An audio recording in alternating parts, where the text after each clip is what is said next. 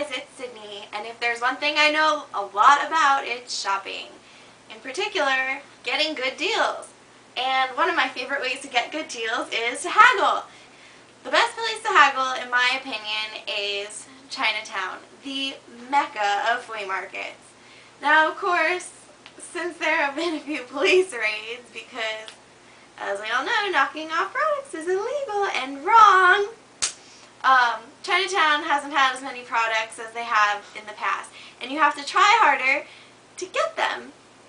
But if you listen to everything that I have to say, you'll be a haggling pro and you'll get the best stuff. So, here's how to do it. First of all, do your research before you go out. If you want a specific name brand, go onto their website and look at the products they have. Know what their current line looks like and know what kind of product you're looking for beforehand. Now, when you're doing your research, there are a couple things to pay attention to. Make sure you look at tags, zippers, and buttons, because all of these usually have the product's logo on them. You want to know exactly what the logo looks like if you're trying to find a good knockoff. Know what market you're going to as well. If you're going to Chinatown, you know you're going to get some good stuff, but not everyone can get to New York to go shopping, so local flea markets sometimes have these things too. Here's a few things to know about your flea markets. Some of them don't haggle. And if they're not going to haggle, don't try to haggle with them because they'll probably think you're rude. Test the waters first. Ask if there's a deal.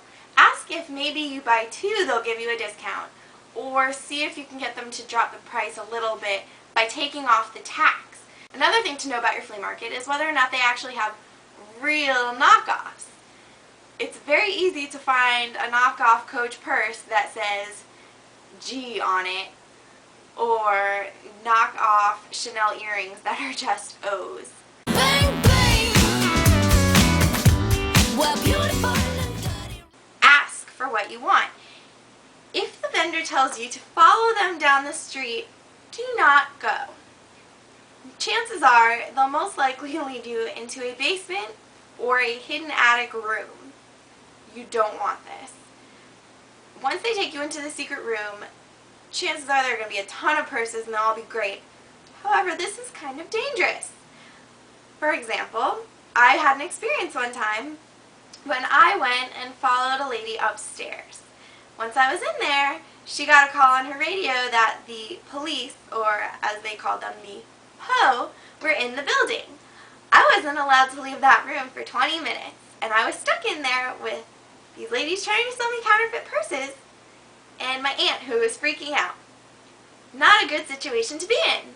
So I have learned, don't follow the people down the street.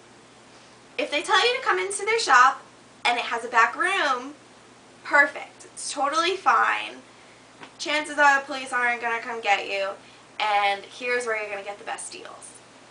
To get to the back room, they will have someone flip a switch at the front of their shop while they flip a switch on the side of the shop and press a button on the other side of the shop.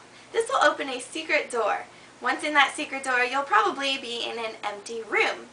In that empty room, there's another button to push and another secret door will open. Once you go into that secret door, you will be in purse heaven. After all that button pushing, you're going to finally be in the back room. Awesome. Here you'll find some of the best knockoffs. Coach, Louis Vuitton, Gucci, all the good ones are going to be in here. Now, why do these have to be in the back room? Because the fabric they're made of is printed with the logo of the designer. These Louis Vuittons are great knockoffs. They have LV on them. If you were to go to any other flea market, you might find anything from LU to SS. Make sure that when you're buying a knockoff like this, you check it out really good. Designers like this like to put their logo in really silly places. Little buttons like this, those definitely have the designer's name on it, so check and make sure it's there. Designers that make purses that don't have logos in the actual fabric are very easy to knock off. Prada is a great example of this. The purses don't look like anything special. The thing that makes them Prada is this little Prada tag. Totally easy to put on. These they'll usually have on display outside of their back room. Now, they're going to have these tags on them before you buy them, but they're probably going to say something else like Prego or Milano, something Italian sounding because you're looking for Prada. If you look at this, you can tell that there are 2 holes in it.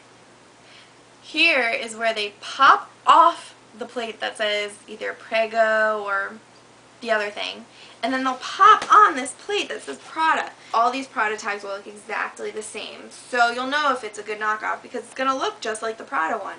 Can you tell which of these is real? Probably not. Once you've looked at all the products and you know exactly what you want to buy, it's time to haggle, which is the best part. We'll live a cute life, sound fanatic, pants tighter than plastic honey. The best tip that I have to tell you before you start haggling is act like you're not too excited about what you're buying. If they think you're excited, they know you're going to buy it and they're not going to go any lower with their asking price. If you look like you're on the fence though, they're going to try to convince you and they'll lower that price very quickly. To start haggling, you're going to want to start extremely low. Don't be nice to them. Go ridiculously low. Like, if they're asking $45, start at $13. I know, it sounds ridiculous, and you're definitely not going to get it for $13. They might even get really angry at you. But start it low and work your way up. This is how you get the best price. Most of the places will go down to about half of their asking price. Maybe a little bit more than that. So if it's $45 and you start at $13, be prepared to go up to $25 to $28. You definitely shouldn't have to pay more than $35. Watch their reactions.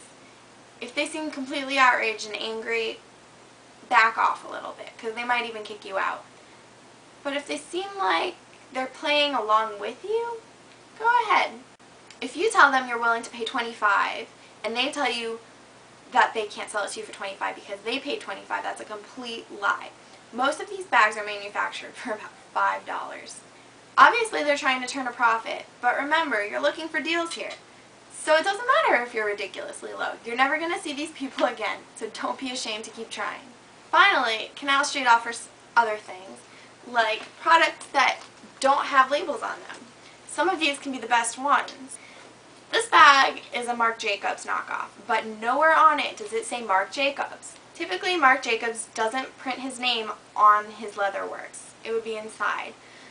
Something like this is a great find. Because it doesn't say the designer's name anywhere on the outside, and the original doesn't either, you can get them to lower the price of these much easier than you can get them to lower the price of something that has the label right on it.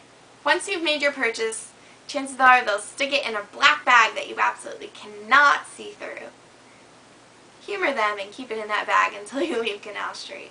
Remember, what they're doing is not legal, but it sure is fabulous. I loved haggling on Canal Street, and I hope that after you watch this, you get the chance to also, so that you can have a good time doing it as well.